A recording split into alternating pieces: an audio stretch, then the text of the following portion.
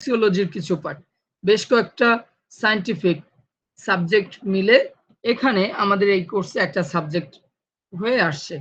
So আমরা আজকে এটার প্রথম class, basics of sports psychology and physiology. আজকের প্রথম ক্লাসে আমরা গুরুত্বপূর্ণ কিছু ইন্ট্রোডাকশন বা বেসিক কিছু কনসেপ্ট আমরা জানার চেষ্টা করব। সবাই ক্লিয়ারলি শুনতে পাচ্ছেন? জি স্যার। জি sir. Okay, thank you. So আপনারা চেষ্টা, যেহেতু এই সাবজেক্টগুলো খুবই ইম্পর্টেন্ট আমাদের জন্য, আপনারা চেষ্টা করবেন একটু কাইন্ডলি ক্লাসগুলোতে অ্যাটেন্ড করার, তাহলে দেখবেন আপনার প্রস্তুতি 70-80% প্রিপারেশন হয়ে যাবে। আসসালামু আলাইকুম স্যার। ওয়ালাইকুম আসসালাম। জি আইসো সাহেব, আপনি জি বলেন। আমার একটা প্রশ্ন ছিল স্যার, সেটা হচ্ছে আমরা যে 19তম থেকে আমরা অ্যাপ্লিকেশন করতে পারবো স্যার, এটা তো এই মাসে মনে হয় সার্কুলার হতে পারে। পারবেন না, আপনাদের কোর্স শেষ হয় না, আপনারা পারবেন কি করে? তার মানে স্যার এটা নেক্সট আর কি, নেক্সটের বছর সার্টিফিকেট পাওয়ার পর। সার্টিফিকেট পাওয়ার আগে সুযোগ নাই। বুঝতে পারছি, thank you sir. Okay, so আমরা আজকের ক্লাসে আমরা সাইকোলজির বেসিক কনসেপ্ট গুলো জানার চেষ্টা করব। প্রথমে আমরা সাইকোলজি বিষয়টা কি এটা নিয়ে একটু আলোচনা করব। আমি জানতে চাই আপনাদের কাছ থেকে যে আসলে সাইকোলজি বলতে আপনারা কি বুঝেন। কেউ কি বলতে পারবেন সাইকোলজি বলতে আপনাদের কনসেপ্টটা কি? সাইকোলজি বলতে আমরা কি বুঝি মূলত? কেউ শেয়ার করতে চান? নাকি যদি ভুল হয়, ভুল হওয়ার টেনশনে শেয়ার করতে চান না? ভুল হলেও অসুবিধা নাই। স্যার সাইকোলজি বলতে আমরা বুঝি স্যার যে আমাদের মনস্তান্ত্রিক বা এরকম কিছু sir. Okay fine, thank you Shakil সাহেব, ধন্যবাদ আপনাকে। আমরা একটু দেখি সাইকোলজিটা আসলে কি।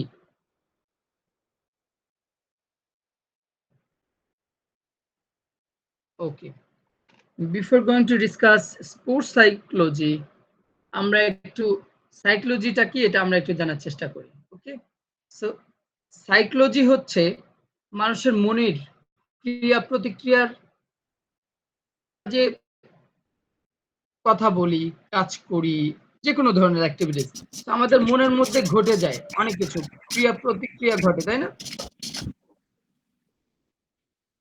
একটু মিউট করে রাখেন। জি রুহুল সাহেব, একটু মিউট করে রাখেন আর ভিডিওটা অফ করেন। একটু মিউট করে রাখেন, ওখান থেকে সাউন্ড আসছে। রুহুল আমিন, আপনি মিউট করে রাখেন এবং ভিডিওটা অফ করে রাখেন। দেখেন নিচে মাইক্রোফোনের মতো একটা চিহ্ন আছে, ওটাতে ক্লিক করলে মিউট হয়ে যাবে। মাইক্রোফোনের মতো একটা চিহ্ন আছে আপনার স্ক্রিনের নিচের দিকে, খেয়াল করে দেখেন। এবং একটা ভিডিওর মতো চিহ্ন আছে, ওটাতে ক্লিক করলে ভিডিওটা অফ হয়ে যাবে।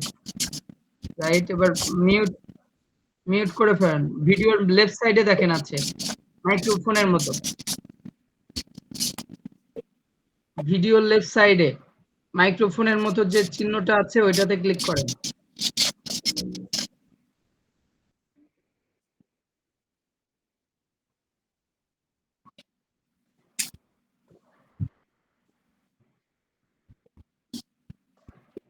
রুহুল আমিন শুনতে পাচ্ছেন আমাকে? জি স্যার, এটা তো পাচ্ছি না, হচ্ছে না তো। নিচে ঠিক যেটাতে চাপ দিয়ে আপনি ভিডিওটা অফ করেছিলেন ওটার বাম পাশে খেয়াল করে দেখেন একটা মাইক্রোফোনের মতো, ছোট্ট একটা মাইক্রোফোন এর মতো চিহ্ন আছে। আচ্ছা, আপনি আমার স্ক্রিন দেখতে পাচ্ছেন? আমার স্ক্রিনটা দেখতে পাচ্ছেন? জি জি জি। এই যে দেখেন আমার কার্সারটা কোথায়, এটা খেয়াল করে দেখেন। আপনি এটা ক্লিক করলে, এটার উপরে ক্লিক করলে আপনার আইকনের মধ্যে আপনার যে ফ্রেমটা দেখতে পাচ্ছেন, আপনার ফ্রেমের মধ্যে ওটা ক্লিক করেন। আচ্ছা, আমি লেফট করি, এরপরে আবার ঢুকি। ওকে, সবার দেখেন, সবার ওই যে সবার আইকনের উপরে, সবার ছবির উপরে দেখেন ডান কর্নারে একটা করে মাইক্রোফোনে কাটা দাগ আছে। আপনার ওখানেও ওরকম ডান কর্নারে আছে, দেখেন ডান কর্নারে আছে কি?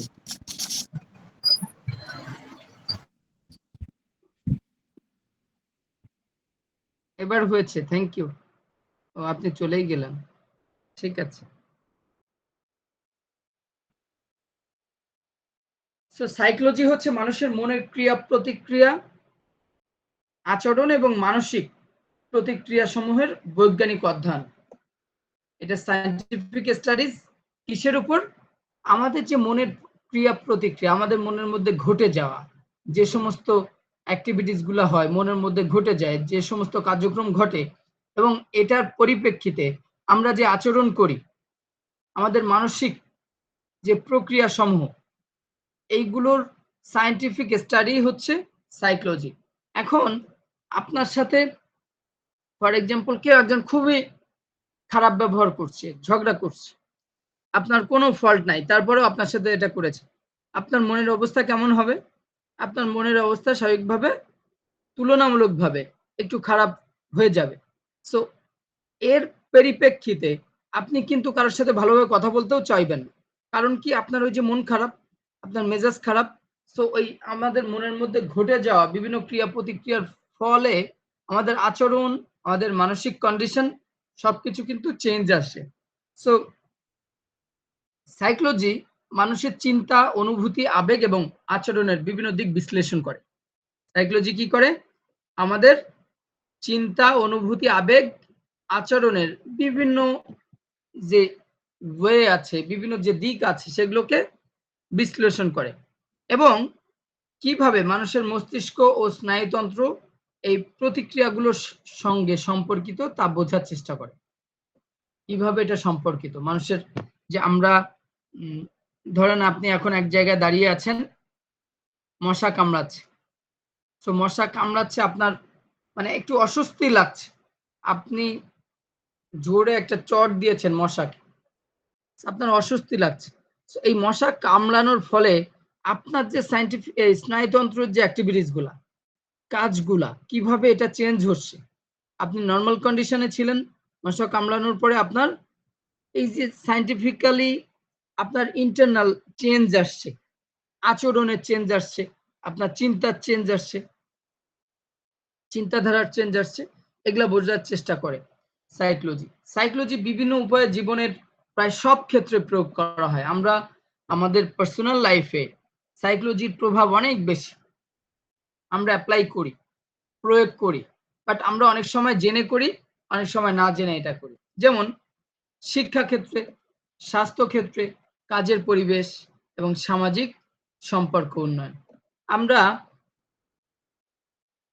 যখন আপনারা এই কোর্সটা করছেন, কেন করছেন? কারণ এটা সবার একটা স্পেসিফিক উদ্দেশ্য আছে। এখানে এমন কেউ আছেন যে যার কোনো উদ্দেশ্যই নাই এই কোর্সটা করার, মানে কি জন্য করছেন জানেন না, এরকম কেউ আছেন? কেউ কি আছেন এই কোর্সটা করছেন?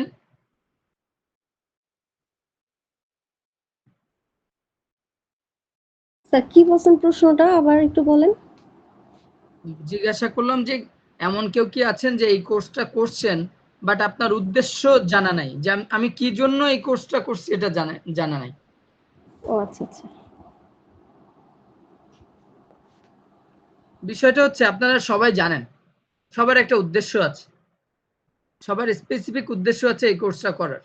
আপনারা যে ফিল্ড, আপনারা এই স্পোর্টসের ফিল্ডটাকে ভালোবাসেন এক, দ্বিতীয়ত হচ্ছে আপনাদের যে অরিজিন যে সাবজেক্ট, সেই সাবজেক্টটাতে খুবই লিমিটেড সিট, খুবই লিমিটেড, যেখানে প্রতিযোগিতা অনেক বেশি, অনেক ভালো করেও চাকরি খুবই ডিফিকাল্ট। আপনি সাইকোলজিক্যালি আপনি আপনার ফিল্ডের জন্য এখন ফিট না, আপনি আনফিট সাইকোলজিক্যালি আপনার ফিল্ডের জন্য। কারণ কি? আপনি যতই ভালো স্টুডেন্ট হন না কেন, আপনার ফিল্ডে সিটই নাই। আপনার যদি পোস্টই থাকে 2টা 4টা 5টা, তাহলে আপনার সেখানে কম্পিটিশন, হাজার হাজার মানুষ কম্পিটিশন করছে, তো সেখানে কিন্তু সাইকোলজিক্যালি আপনি unfit. On the other hand, আপনি ফিজিক্যাল এডুকেশনের যে ফিল্ড, যেটাকে আপনি ভালোবাসছেন, ওন করছেন, যেটাকে পছন্দ করছেন, চুজ করেছেন, এটা সাইকোলজিক্যালি আপনি ডিসাইড করেছেন যে আমি যদি এই ফিল্ডে আসি, এই ফিল্ডে এখনো প্রায় 5,000-এর মতো সিট ফাঁকা, এবং এই সিট যে ফাঁকা আছে, 5,000-এর মতো যে সিট ফাঁকা আছে, MD Sohel Rana video of করেন।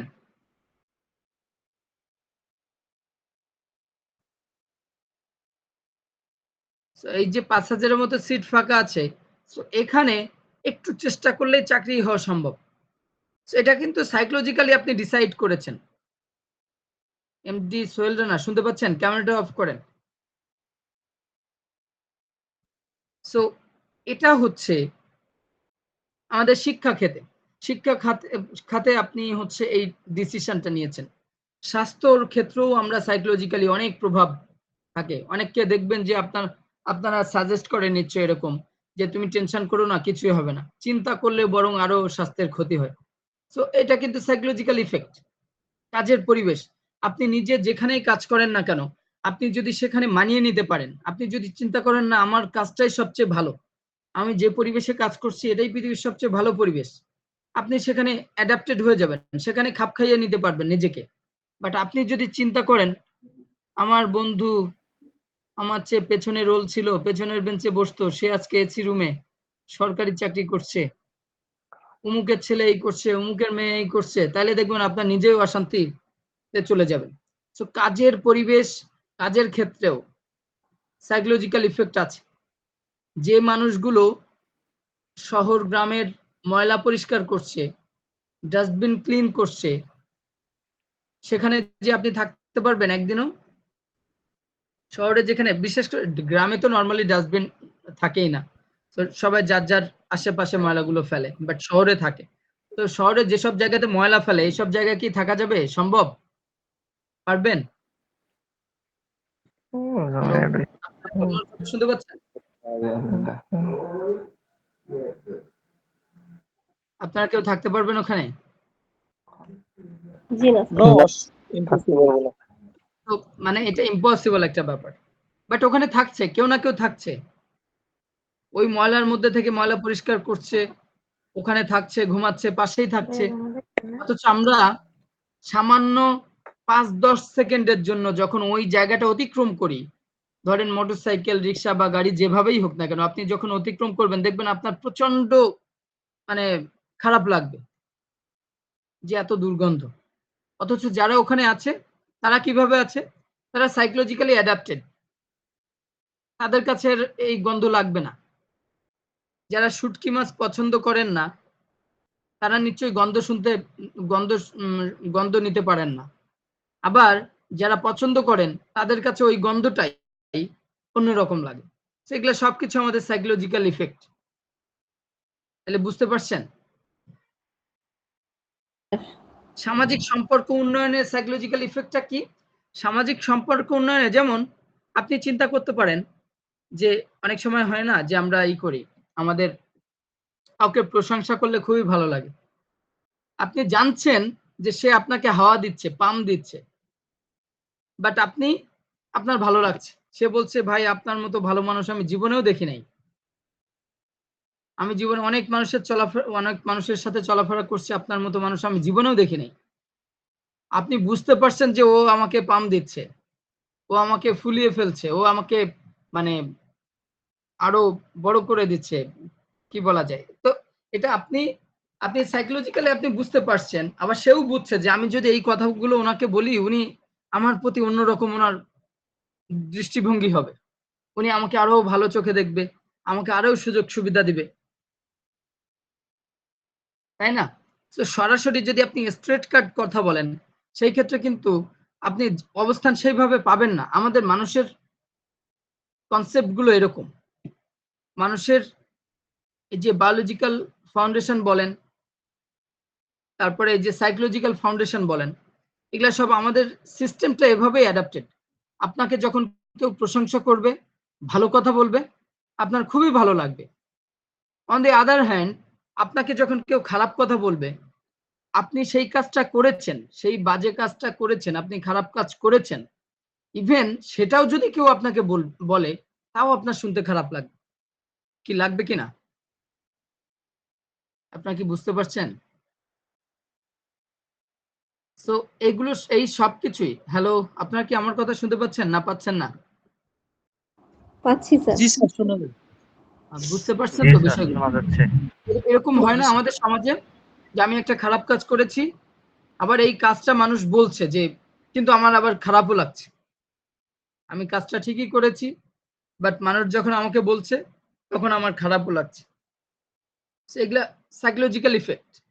সমাজের যখন সামাজিক আচরণের আমাদের প্রভাব ফেলে আমাদের সমাজ ব্যবস্থায়, আপনি কিভাবে সমাজে চলাফেরা করবেন, নিশ্চয়ই চাইবেন সবার সাথে সবার ভালো সম্পর্ক রাখতে, সবার সাথে ভালো সম্পর্ক রাখতে। তাহলে আমরা কি করি, একজন আরেকজনের সাথে দেখা হলে সালাম দিই, জিজ্ঞাসা করি, গ্রিটিংস দিই, ভালো মন্দ জিজ্ঞাসা করি, কেমন আছেন, কোথায় যাচ্ছেন।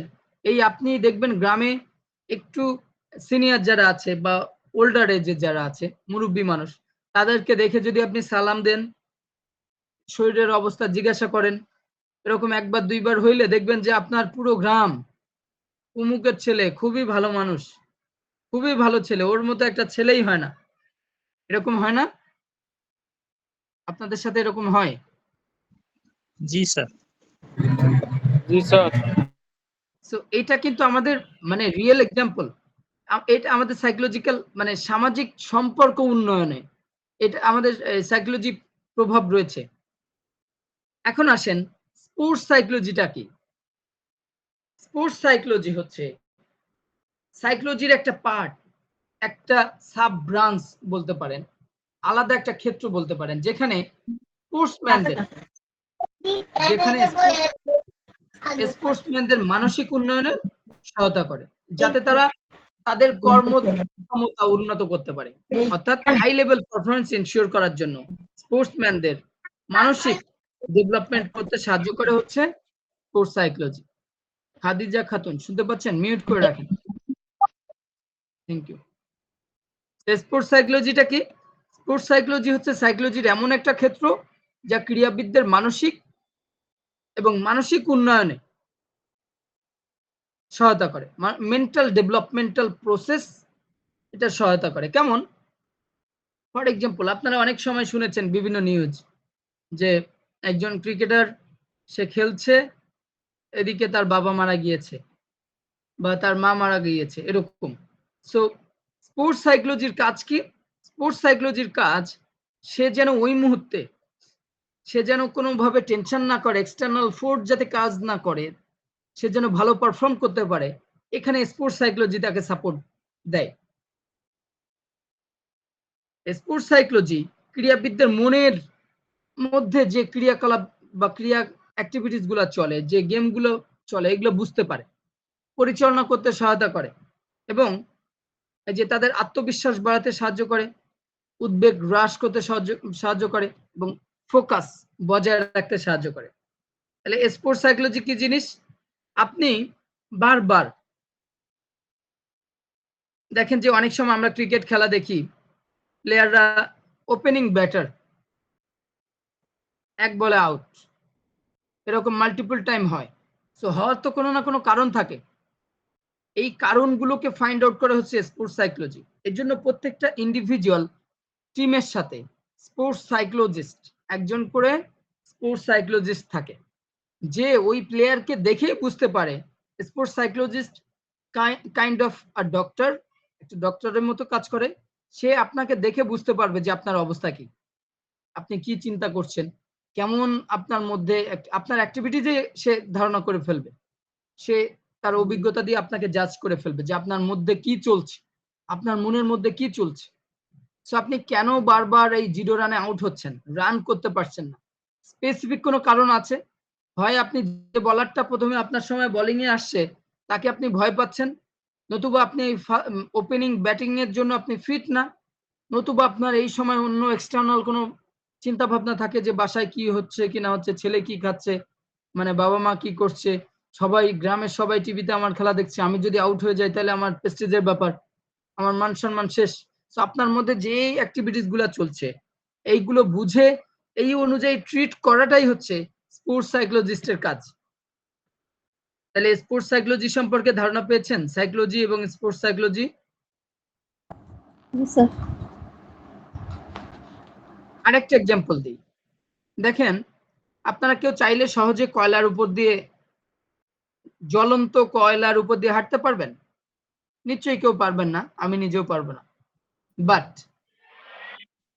কিছু ট্রেনিং আছে, সাইকোলজিক্যাল কিছু ট্রেনিং আছে, যেই ট্রেনিং গুলো করলে আপনি ওটার উপর দিয়ে হেঁটে যেতে পারবেন। ইভেন আমাদের যখন ন্যাশনাল টিমের অনেক প্লেয়ার, তাসকিন আহমেদ, এরকম বেশ কয়েকজন প্লেয়ার আছে যাদেরকে আমি দেখেছি যখন পারফর্ম থাকে না, আউট অফ ফর্ম, যখন পারফরমেন্স ভালো করতে পারে না, তখন তারা এই সাইকোলজিস্টের সহায়তা নেয়। তারা তখন এরকম স্পেসিফিক কিছু স্পেশালিস্ট মানুষের সহায়তা নেয়। কারণ কি? কারণ হচ্ছে ওই বজায় রাখা, সে যাতে তার ফোকাসিংটা, ফুল ফোকাসটা করতে পারে। আপনি যখন কোনো একটা কাজের প্রতি আপনার ফুল ফোকাসটা রাখবেন, তখন আপনার ওই কাজটা ভালো হবে। বাট আপনি ফুল কনসেন্ট্রেশন না দিয়ে যদি কাজ করেন, সেই কাজ কখনোই ভালো হবে। তো কি করতে হবে? ফুল কনসেন্ট্রেশন বজায় রাখার জন্য কিছু স্পেসিফিক ট্রেনিং রয়েছে, সেগুলো এই এক্সপার্টদের সহায়তা নিয়ে সেগুলা করে থাকে। এখন আপনি ভাত রান্নার সময় যদি বাংলা সিনেমা চিন্তা করেন, যে বাংলা সিনেমা আজকে কি হয়ে গেল, শাবানার কি হচ্ছে, শাবানার সংসারে আগুন, ওদিকে বড়লোক ঠেলা গাড়ি ঠেলে ঠেলে জসিম কায়েল হয়ে যাচ্ছে। আপনি যদি এই চিন্তা করেন, তাহলে দেখবেন ওই রান্নার সময়, আপনার তরকারি রান্নার সময় লবণ দিয়েছেন কি দেন নাই, এটা ভুলে যাবেন। সো ফুল কনসেন্ট্রেশন আপনি যেদিকে দিবেন, আপনার সেই কাজটা ভালো হতে থাকবে। সো স্পোর্টস সাইকোলজি প্লেয়ারদের পারফরমেন্স ডেভেলপ করতে সাহায্য করে। স্পোর্টস সাইকোলজি কি করে? প্লেয়ার, আপনি ভালো খেলছেন না, কি কারণে খেলছেন না, এটা ফাইন্ড আউট করা, এবং কিভাবে আপনি এটাকে সলভ করতে পারেন, এই প্রবলেমটাকে সলভ করতে পারেন, এটা আপনার গাইডলাইনটা দেওয়া, ওই অনুযায়ী ট্রিট করা, ওই অনুযায়ী ট্রেনিং করা, এটা হচ্ছে স্পোর্টস সাইকোলজির কাজ, যাতে করে আপনি আপনার ম্যাক্সিমাম পারফরমেন্সটা দিতে পারেন। বুঝতে পেরেছি আমরা সবাই?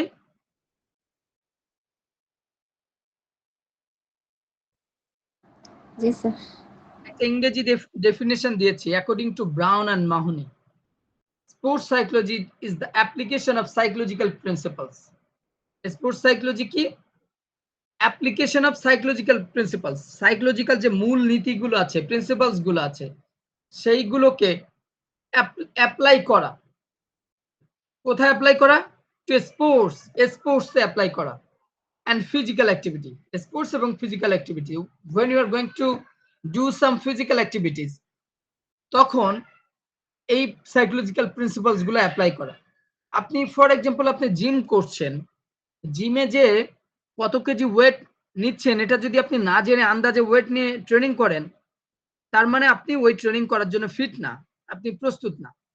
আপনাকে জানতে হবে এখানে কত কেজির ওয়েট নিয়ে আপনি ট্রেনিং করছেন, আপনি কোন অ্যাক্টিভিটিস করছেন, প্রপার ওয়েতে করছেন কিনা, এটা ডেভেলপমেন্টাল প্রসেসটা জানতে হবে, সবগুলোকে জানতে হবে। So physical activity, sports and physical activity at wall levels of skill, সব ধরনের স্কিল, দক্ষতা ইমপ্রুভমেন্ট। আমরা আমাদের বা স্পোর্টসম্যান, যারা স্পোর্টস পারসন, যারা স্পোর্টস এবং ফিজিক্যাল অ্যাক্টিভিটি করে, তাদের সমস্ত ধরনের স্কিলগুলার ইমপ্রুভমেন্টের জন্য, ডেভেলপমেন্টের জন্য সাইকোলজিক্যাল যে প্রিন্সিপালস গুলো অ্যাপ্লাই করা হয় তার উপরে, সেটাই হচ্ছে স্পোর্টস সাইকোলজি। আপনি অনেকদিন ইরেগুলার দৌড়ান না, এখন আপনি চিন্তা করছেন যে আমি যদি দৌড়াই তাহলে তো আমার শরীরে ব্যথা হবে, অনেকদিন দৌড়াই না, আজকে যদি দৌড়াই তাহলে আমার শরীরে ব্যথা হবে। আরেকজন চিন্তা করছে আমি তো অনেকদিন দৌড়াই না, আমার শরীরে দৌড়াইলে ব্যথা হতে পারে, তো আমি আজকে একটা কাজ করব, আজকে অল্প করে দৌড়াবো, আজকে আমি আধা কিলোমিটার দৌড়াবো বা 1 কিলোমিটার দৌড়াবো। দুজনের সাইকোলজিক্যাল প্রিন্সিপালস ডিফারেন্ট, দুজনের সাইকোলজি ডিফারেন্ট, দুজন দুই ভাবে চিন্তা করছে। আপনি ঠিক যেভাবে চিন্তা করবেন আপনার সাথে সেটা ঘটবে। আপনি যদি চিন্তা করেন আমি তো শেষ, তাহলে আপনি শেষ, বিষয়টা এরকমই, কিন্তু আপনি হতাশায় পড়ে যাবেন। আমি দৌড়াইলে আমার শরীর ব্যথা হবে, দেখবেন ব্যথা হবে। আপনি যদি কনফিডেন্ট থাকেন যে না কিচ্ছু হবে না, দেখবেন কিছুই হয় না। আপনি যেটা কাজটা মনে করবেন যে এই কাজটা আমি পারবো, আই ক্যান ডু ইট, আপনি পারবেন। বাট আপনি যদি মনে করেন না এটা আমার দ্বারা সম্ভব না, এটা জীবনেও করিনি, আমি কিভাবে করবো, হায় আল্লাহ এ কি আমার কি হবে, দেখবেন আপনি ওটা পারবেন না। ঠিক কিনা? আমরা কি বুঝতে পেরেছি? জি স্যার, বুঝতে পেরেছি। সো আমাদের সাইকোলজিক্যাল প্রিন্সিপালস গুলোকে আমাদের মাথায় রাখতে হবে অলওয়েজ। আমরা আরো পরে ডিটেইল জানবো। খেয়াল করে দেখেন, আমি যে কথাগুলো বলেছি এখানেই আছে। স্পোর্টস সাইকোলজিস্টরা ক্রীড়াবিদদের মানসিক কৌশলগুলো শেখায়, যেমন কল্পনা, লক্ষ্য নির্ধারণ এবং আত্মপ্রেরণা উন্নত করা, যা তাদের প্রতিযোগিতার সময় সর্বোচ্চ স্তরে পারফর্ম করতে সাহায্য করে। স্পোর্টস সাইকোলজির গুরুত্বপূর্ণ কিছু দিক রয়েছে, যেমন মোটিভেশন। মোটিভেশনের সবচেয়ে বাংলা মিনিং হচ্ছে প্রেরণা, যেটাকে আমরা অনুপ্রেরণা বলি। ক্রীড়াবিদদের তাদের লক্ষ্যে পৌঁছানোর জন্য অনুপ্রাণিত করা। ফর এক্সাম্পল, আপনি একটা স্কুলের ফিজিক্যাল এডুকেশন টিচার, আপনি বাচ্চাদেরকে নিয়ে গিয়েছেন ইন্টার স্কুল ফুটবল খেলতে। এখন তারা এক গোলে হাফ টাইম শেষ, এক গোলে তারা পিছিয়ে আছে। তো আপনি হাফ টাইম যে ইন্টারভেল থাকে, বিরতি থাকে, মধ্য বিরতি, এই সময় আপনি তাদেরকে ডেকে মোটিভেট করলেন যে তোমরা এক গোল খেয়েছো কোনো বিষয় না, আমার বিশ্বাস তোমরা ওদেরকে এই গোল শোধ করে আরো বেশি গোল দিতে পারবা, কারণ তোমাদের সেই অ্যাবিলিটি আছে। This is called motivation. মোটিভেশনের দুইটা ক্যাটাগরি আছে, একটা হচ্ছে ইন্ট্রিনসিক মোটিভেশন আর একটা হচ্ছে extrinsic motivation. Intrinsic means internal, internally প্রভাব ফেলে, আর এক্সট্রিনসিক মিন্স এক্সটার্নাল কোনো কিছুর উপর প্রভাব ফেলে। আমি ঠিক একটু আগে যেটা বললাম, তাদেরকে মোটিভেট করার জন্য যে তোমরা পারবা, তোমাদের সেই অ্যাবিলিটি আছে, এটা হচ্ছে ইন্ট্রিনসিক। তাদেরকে যদি বলা হয় তোমরা যদি আজকে জিতো, তোমাদের জন্য আমাদের স্কুলের নাম ছড়িয়ে পড়বে, আমাদের স্কুলকে সবাই চিনবে, তোমাদের সবাই বাহবা দিবে, তোমাদের সবাইকে সংবর্ধনা দিবে। This is call intrinsic motivation, অভ্যন্তরীণ। অর্থাৎ আপনি কথার মাধ্যমে তার অভ্যন্তরীণ বিষয়টাকে জাগিয়ে তুলছেন। অন্যদিকে এক্সট্রিনসিক মোটিভেশন, আপনি তাদেরকে বলছেন আজকে যদি তোমরা জিততে পারো আমি সবাইকে 500 টাকা করে দিব। তখন তারা যে মোটিভেশনটা পায়, তাদের নজর কোন দিকে থাকে? চিন্তাধারা আমার জিততে হবে, কারণ জিতলে আমি 500 টাকা পাবো, টাকার বিনিময়ে। টাকার বিনিময়ে এক্সট্রিনসিক, এক্সটার্নাল কোনো কিছু তাকে আকৃষ্ট করছে। আগেরটা ছিল নেম এন্ড ফেম, আর এখন হচ্ছে এক্সটার্নাল কোনো কিছুর প্রতি তাদের, যে সবাই ধরেন বাংলাদেশ এবং India final match cricket, ICC world cup, for example ICC world cup. এখন বাংলাদেশ আর ইন্ডিয়া ফাইনাল খেলছে, বাংলাদেশ সরকার বাংলাদেশের প্লেয়ারদেরকে ঘোষণা দিয়ে দিল যা আজকের ম্যাচ যদি ফাইনাল জিতে বাংলাদেশ যদি চ্যাম্পিয়ন হয়, প্রত্যেকটা খেলোয়াড়কে একটা করে ফ্ল্যাট দেওয়া হবে। This is call extrinsic motivation, বাহ্যিক মোটিভেশন। আমরা কি বুঝতে পেরেছি মোটিভেশনের দুই প্রকার? এখন আসেন, গুরুত্বপূর্ণ বিষয়গুলোর মধ্যে মোটিভেশন রয়েছে গোল সেটিং, অর্থাৎ আপনি যেটা টার্গেট, এটাকে সেট করতে হবে যে আমি আজকে 5 কিলোমিটার দৌড়াবো, বা আজকে আমার টার্গেট আমি এই বিষয়টা শিখব, আজকে আমার টার্গেট আমি এটা করব। সবকিছুর একটা টার্গেট থাকে, প্রত্যেকটা মানুষের যে কোনো অ্যাক্টিভিটিজের একটা টার্গেট থাকে। গোল সেটিং যেটাকে বলা হয় বাস্তবসম্মত। এখন আপনি চিন্তা করলেন আজকে আমি চাঁদে যাব, ইজ ইট পসিবল? নেভার, কোনোভাবেই সম্ভব না। সো বাস্তবসম্মত এবং ইফেক্টিভ কার্যকারী লক্ষ্য স্থাপন করতে হবে। মেন্টাল রেজিলিয়েন্স, চাপ এবং চাপ সামলানোর ক্ষমতা বৃদ্ধি করা, যে আপনি এই কাজ করবেন, এটার জন্য আপনার মেন্টাল প্রেশার আসতে পারে, আপনার চাপ হতে পারে, মানসিক চাপ থাকতে পারে। তো আপনি কিভাবে এটা সামলাবেন সেটার আপনার ক্ষমতা তৈরি করা। টিম ডায়নামিক্স, মেন্টাল এই যে চাপ সামলানোর ক্ষমতার আর একটা উদাহরণ দিই। ফর এক্সাম্পল, আপনারা অনেক খেলায় দেখেছেন, বিশেষ করে ক্রিকেট বা ফুটবল, কিছু কিছু সিচুয়েশন আসে, যারা বিশেষ করে খেলাধুলো দেখেন, ছেলেরা ভালো বলতে পারবেন, বিশেষ করে যারা খেলাধুলো দেখেন, অনেক সময় হয় না যে রাগ করে খেলা দেখাই বাদ দিয়ে দিয়েছেন, যে এই এত অধঃপতন, বাংলাদেশ টিম প্রথম 5 ওভারের মধ্যে 5 উইকেট শেষ, রাগ করেই টিভি বন্ধ করে খেলা দেখা বাদ দিয়ে বাইরে চলে গিয়েছেন বা দেখছেন না। হঠাৎ করে শুনছেন বাংলাদেশ এমন খেলছে যে ম্যাচ জিততেও পারে। তো এইটা হচ্ছে চাপ সামলানোর ক্ষমতা। অনেক প্লেয়ার চাপের মাথায় আউট হয়ে গিয়েছে, আবার কেউ কেউ এসে এই চাপটাকে কন্ট্রোল করে, চাপ যেন না পড়ে এটাকে কন্ট্রোল করে, এই ক্ষমতা, চাপটাকে উইথড্র করে সামনে জয়ের দিকে বা লক্ষ্য নির্ধারণের দিকে, লক্ষ্যর দিকে ছুটে চলেছে। দিস ইজ কল্ড চাপ সামলানো বা mental resilience. Team dynamics, team dynamics বলতে কি বোঝায়? দলগত কাজ এবং যোগাযোগ দক্ষতার উন্নয়ন। যেমন আমি যদি এক্সাম্পল দিই, ফর এক্সাম্পল মাশরাফি বিন মুর্তজা, তার মতো বাংলাদেশ ক্রিকেটে মানে আর কখনো এরকম তার মতো ক্যাপ্টেন আসবে কিনা এটা সন্দেহ। আপনারা জানি না, আমার সাথে দ্বিমত থাকতে পারেন, but it's my personal opinion. আপনারা ক্রিকেট দেখেন? জি স্যার। আপনাদের কি মনে হয় এরকম আর মাশরাফির বিকল্প কোনো ক্যাপ্টেন আছে বাংলাদেশে? আমার মনে হয় না, আর আসবে কিনা বলা যায় না। Right, same. তো এটাকে বলা হয় টিম ডায়নামিক্স। আপনার টিমের প্রত্যেকটা প্লেয়ারের সাথে আপনার যোগাযোগ দক্ষতা থাকতে হবে, দলের সাথে সবার সাথে সম্পর্ক ভালো থাকতে হবে, তাইলেই না পারফর্ম পাবেন।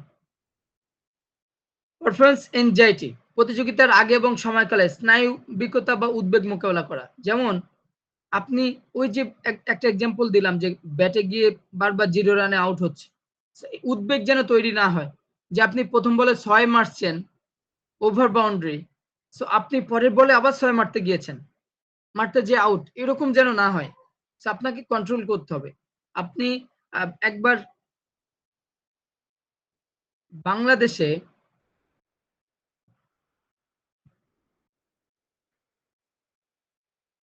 একটা টেস্ট ম্যাচের কোনো একজন খেলোয়াড় টেস্টে এরকম ঠিক 30 রান করেছিল, আমার যতটুকু মনে পড়ছে 30 রান করেছিল, এবং সেটা মানে 60 বা 65 বল খেলে 30 রান করেছিল। সো এই গল্পটা সামহাউ সচিন টেন্ডুলকার বা এরকম কারোর সাথে করা হচ্ছে, তখন বলছিল টেস্ট ক্রিকেটে এটাকে তুমি ভালো বলতে পারো না, সে যদি এটাকে 130 বলে 30 রান করতো তাহলে সেটাকে তুমি বলতে পারতে ভালো। স্পোর্টস সাইকোলজি, ক্রীড়াবিদদের তাদের খেলায় শারীরিক দক্ষতার পাশাপাশি মানসিক শক্তিকে কাজে লাগাতে সাহায্য করে, যার ফলে তারা আরো সফল হতে পারে। স্পোর্টস সাইকোলজির কিছু ডেভেলপমেন্টাল স্টেজ আছে। ক্রমবিকাশ, প্রাথমিক ধাপ আদি যুগে কি ছিল? স্পোর্টস সাইকোলজির ধারণা প্রাচীন গ্রিস ও রোমে দেখা যেত, যেখানে শারীরিক ও মানসিক প্রস্তুতি একসঙ্গে বিবেচিত হতো। 1900 শতাব্দীতে আধুনিক স্পোর্টস সাইকোলজির সূচনা হয় 1890 এর দশকে। উইলিয়াম জেমস এবং নরম্যান ট্রিপলের মতো বিজ্ঞানীরা খেলার আচরণ এবং মানসিক প্রক্রিয়া নিয়ে গবেষণা শুরু করেন। প্রতিষ্ঠাকালীন ডেভেলপমেন্টাল স্টেজটা কেমন ছিল? বিংশ শতাব্দীর প্রথমার্ধ 1920 এর দশকে রাশিয়ান বিজ্ঞানী পাভলোভ এবং মার্কিন বিজ্ঞানী ইয়েলেসন মানসিক প্রস্তুতির উপর গবেষণা চালান। 1925 সালে লাজারাস পল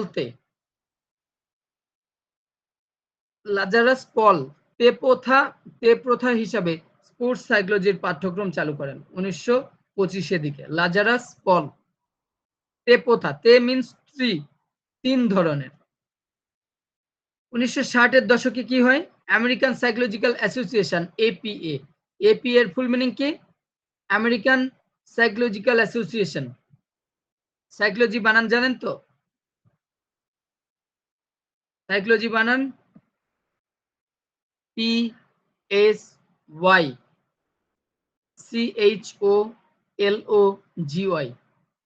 যেটাকে আমরা ওই যে ছোটবেলায় বলতাম পিসি চলো যাই, সাইকোলজি বানান PSY, পিসি চলো, CHOLO চলো যাই, GY যাই, সাইকোলজি।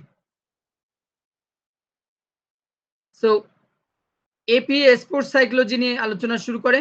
অলিম্পিক গেমস এবং অন্যান্য আন্তর্জাতিক প্রতিযোগিতায় মানসিক প্রশিক্ষণ গুরুত্বপূর্ণ হয়ে ওঠে, কারণ এই পারফরমেন্স ডেভেলপ করার জন্য সাইকোলজিক্যাল ট্রিটমেন্ট দরকার হয়। আধুনিক যুগ 1980 থেকে 90 এর দশক, স্পোর্টস সাইকোলজি বিভিন্ন বিষয় যেমন আত্মবিশ্বাস, উদ্বেগ নিয়ন্ত্রণ এবং মনোযোগ বৃদ্ধি এবং দলের গতিশীলতার উপর জোর দেয়। পেশাদারী দল এবং ক্রীড়াবিদদের জন্য স্পোর্টস সাইকোলজিস্ট নিয়োগ শুরু হয় এই যে 1980 থেকে 90 এর দশকে। যেমনটা বললাম, প্রত্যেকটা টিমে একজন করে সাইকোলজিস্ট থাকে অ্যাটলিস্ট। 2000 সালে এই দশকে কি হয়, এখনো পর্যন্ত বর্তমান সময় পর্যন্ত প্রযুক্তি এবং গবেষণার অগ্রগতির সাথে স্পোর্টস সাইকোলজি আরো বিস্তৃত ও গভীর হয়। পারফরমেন্স উন্নয়ন, মানসিক স্বাস্থ্য এবং জীবন সমন্বয় কৌশল সহ বিভিন্ন ক্ষেত্রে এর ব্যবহার বাড়ে। স্পোর্টস সাইকোলজির উন্নয়ন এবং প্রসার ক্রীড়াবিদদের মানসিক ক্ষমতা এবং প্রতিযোগিতায় তাদের সাফল্যকে উল্লেখযোগ্যভাবে বৃদ্ধি করেছে। এখন আসেন শারীরিক শিক্ষা এবং খেলাধুলায় মনোবিজ্ঞানের প্রকৃতি এবং সুযোগ। Scope of nature and scope of psychology in physical education and sports. Nature and scope of psychology in physical education and sports. তো মনোবিজ্ঞানের নেচারটা কেমন, আমরা একটু খেয়াল করি নেচার গুলো কেমন।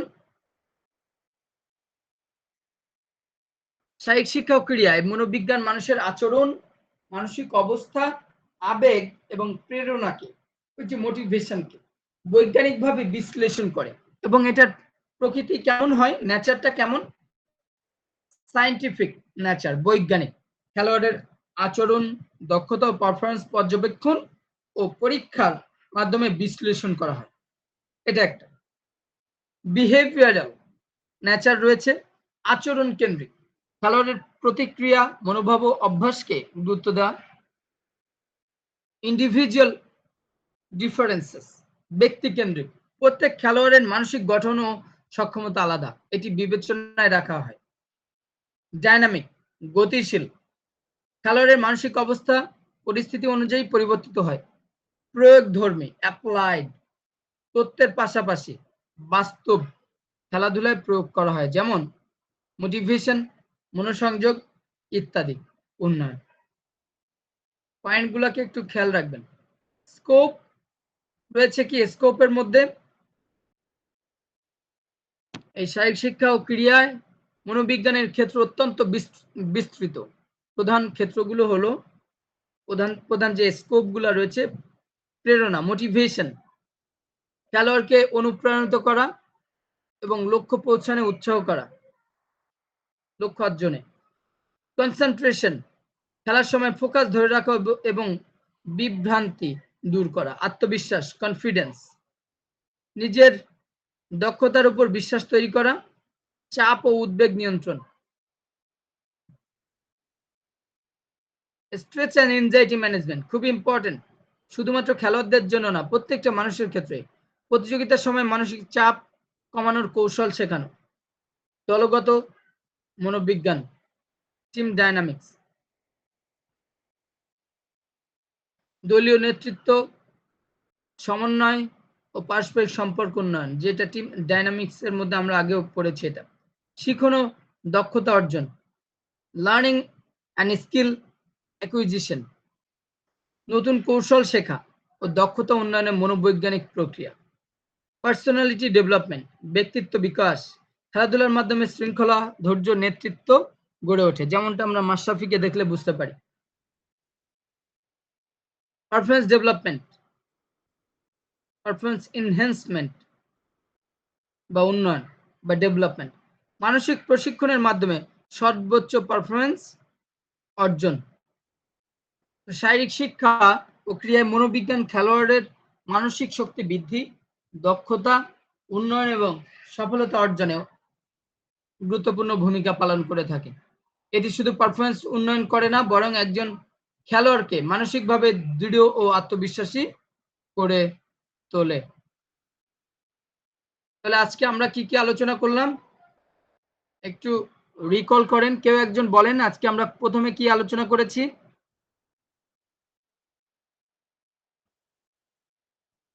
হ্যালো, শুনতে পাচ্ছেন সবাই আমাকে?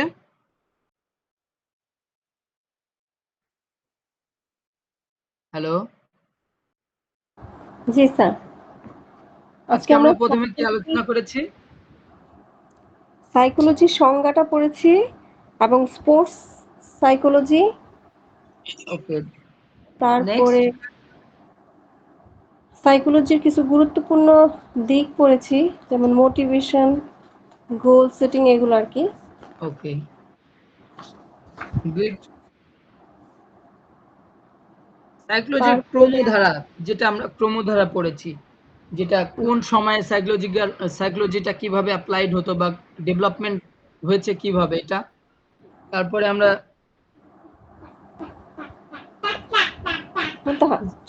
ফিজিক্যাল এডুকেশন এন্ড স্পোর্টসে সাইকোলজির নেচার এবং স্কোপ লাস্টলি আমরা আলোচনা করেছি। আরো কোনো কোশ্চেন আছে? No sir. আরো কোনো কোশ্চেন আছে? No sir. Okay, thank you very much. এই লেকচার শিটটা আপনাদের দেওয়া আছে, গ্রুপে দেওয়াই আছে, অফিসে দিয়েছি, আপনাদের গ্রুপে দেওয়ার কথা ছিল। আই হোপ সবাই পেয়ে গিয়েছেন।